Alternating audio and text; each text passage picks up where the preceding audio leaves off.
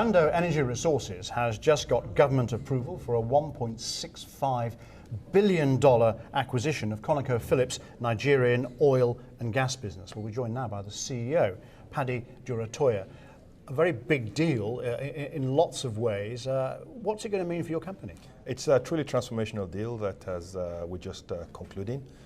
It brings an additional 36,000 barrels of oil and gas, barrels of oil equivalent to us right away, and 221 million barrels of 2P reserves.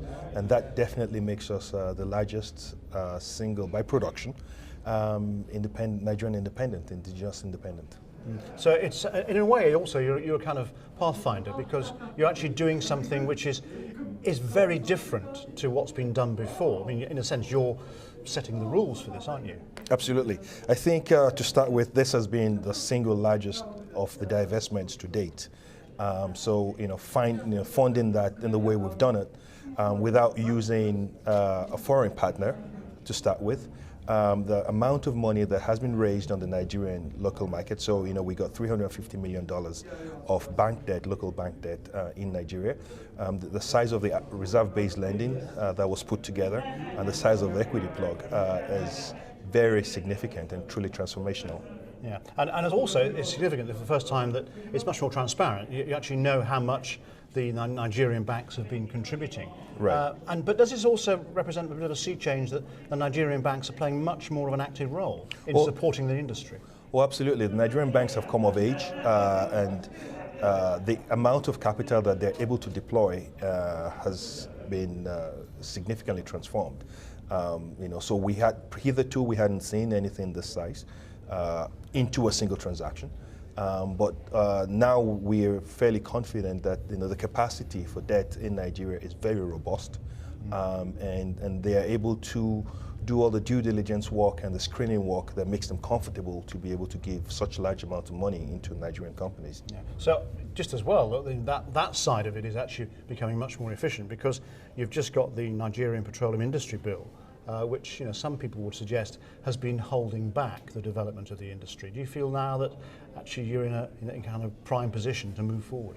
Well, I mean, the Nigerian Petroleum Industry Bill, PIB, we call it for short, is something that has been on for a very long time. It's not close to being finalized. We don't see it as affecting us negatively. We are looking forward to it being fixed because it brings certain advantages to Nigerian companies, companies our size, but we don't see it as being something that has hindered us to date.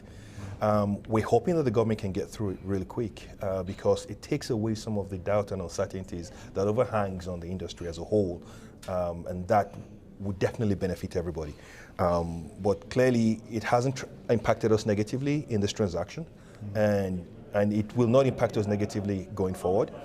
In fact, when it does come through, we expect to have certain benefits as a Nigerian company, from the PIB being resolved. All right. So where do you go next then with those benefits? Well, I mean, the most important thing, first of all, is we need to get the company to deliver on the promise of the acquisition. We acquired this company, these assets, because we see in them significant upside. The significant upside is upside in production, which means that we are able to work with our existing partners. We are not the operators. The Nigerian Ajib Oil Company joint venture is 60% the government of Nigeria, 20% NAOC, ENI, Ajib, and 20% us. Working with them to get the production to ramp up very quickly. We see a lot of upside there. We're going to change our posture in the way we interplay with the operator to be able to be a lot more collaborative and actually drive this production growth as well. We also want to see reserves growing. We think there might not have been as much investment in the assets as could have been in the past, and we want to see that grow. Then we'll start looking at other things. But for now, it's really making sure that we deliver on the promise of the acquisition. And are there enough of those other things, if you like, the sort of the frontier assets left in Africa, or are we actually getting pretty close to having exploited them all? Well, how do I put this? In Africa, most of the frontier areas have been explored. I think we're just about done. Our focus is Nigeria for now.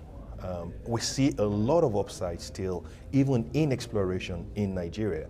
We're beginning to talk of the deep gas plays, we're beginning to talk of the deep oil plays. I mean, this year, one of the companies in Nigeria announced a huge 700 million barrel discovery of oil at depths that previously had not been discovered. I mean, that is very impressive to show that such finds still exist in Nigeria.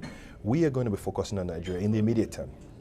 So getting sure that this asset is matured, is optimized, is properly drained, and then we use the cash that comes from that to begin to step out and look at other areas. But for now, our focus is Nigeria. All right.